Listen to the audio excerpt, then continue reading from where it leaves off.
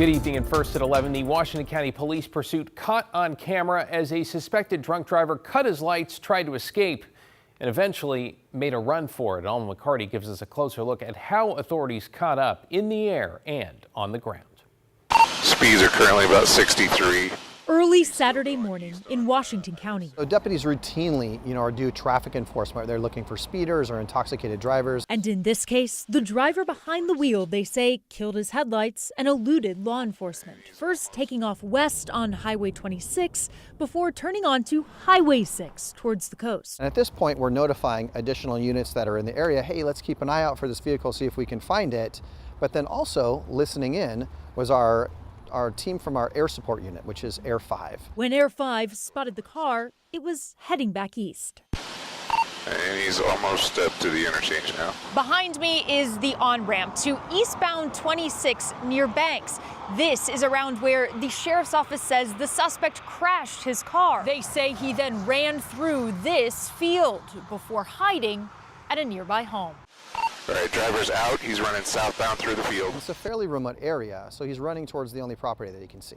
That driver at that point is hopping the fence, trying to hide on the property, but he's unable to hide from the airplane, which he may or may not even know is there. Then they call in the K-9. All right, he just popped out. He's directly ahead of you on the one side of the house, the north side of the house. K-9 Blitz and Corporal Neely located the suspect underneath a truck in the driveway. Challenging one under the truck at midnight 39.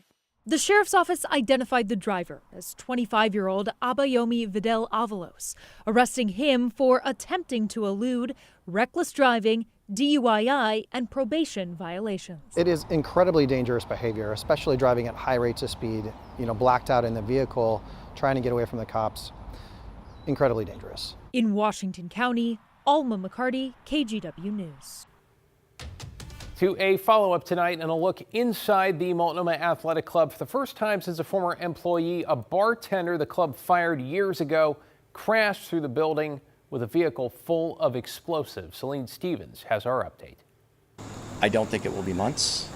I would be surprised if it is, but at this point, I have to wait at least a couple of more days until all the assessments are done. This is now what the inside of the main entrance to the Multnomah Athletic Club looks like after Bruce Whitman drove a car filled with explosive devices through the building. We entered through this door here that you see. He was very cautious on his entry and ensured that he had the ability to navigate the space without being impeded. Whitman, a former employee at the MAC, was fired in 2019. Mr. Whitman was terminated for cause after a repeated, well-documented series of agitations and aggressive behavior towards both staff and members. His mother and cousin told KGW Monday Whitman struggled with serious mental health problems, including bipolar disorder and possibly schizophrenia. General Manager Charles Leverton explaining Whitman would harass them. But I can tell you there was a long history of conversations that we were having with city officials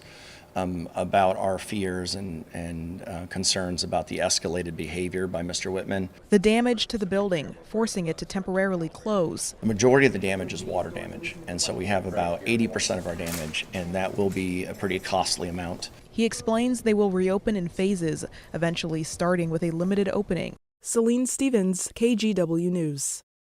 As we reported on Monday, Whitman had several interactions with law enforcement over the last 5 years, but was never forced into mental health treatment. That's something the Multnomah County DA says could have helped in this case.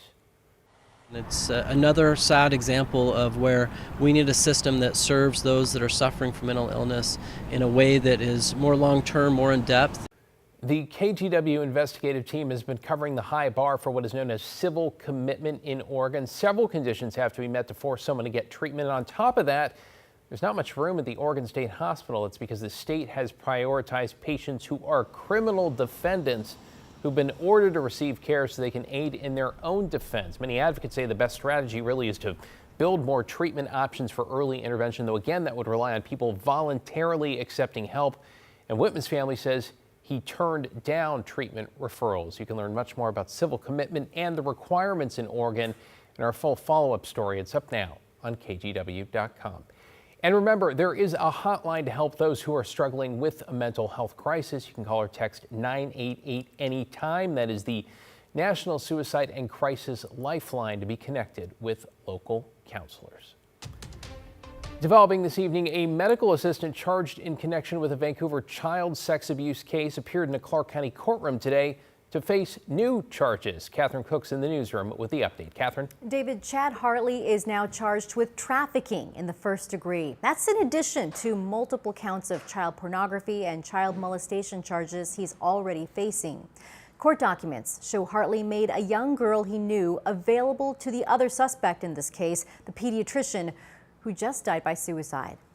In an orange jumpsuit to clothe him and no one yet to defend him, accused child sex predator Chad Hartley faced a Clark County judge Tuesday. He's here today on a new allegation of trafficking. On Monday, Vancouver Police digital forensic investigators found new evidence. Court documents say Hartley knowingly and recklessly trafficked a young girl by taking her to this house in La Center and leaving her alone with pediatrician Michael Wilmington to engage in sexually explicit acts. Documents say the two men met through the nudist community. Police say Wilmington, who last worked at Kaiser Salmon Creek, died by suicide Saturday amid the investigation. Hartley was a medical assistant at this Peace Health clinic in Vancouver. Both were recently fired. Back in court, As to all the charges, you have a right to remain silent. the judge raised Hartley's bail to $800,000. Hartley also faces first-degree child molestation charges and second-degree charges related to child pornography. The judge told Hartley he qualified for a public defender. Hartley said he'd be retaining private counsel. What is the name of the attorney? I do not know. My mother set it up. Hartley is set to be arraigned in the morning. Meanwhile, investigators are still asking any parents whose children had unsupervised contact with either Wilmington or Hartley to call their local police department. David, back to you. Thanks, Catherine. Appreciate that follow-up. To get you caught up on tonight's other headlines now, investigators say human remains discovered in southwest Portland more than 2 decades ago belonged to this man named Robert Horton. He was found near Riverview Cemetery back in 2024. At the time, or 2004 rather, at the time, investigators also found a makeshift shelter and personal items, so the case quickly went cold. State police say advances in DNA technology help them identify Horton as a likely candidate and work with family members and a lab to get confirmation. His cause of death was not determined.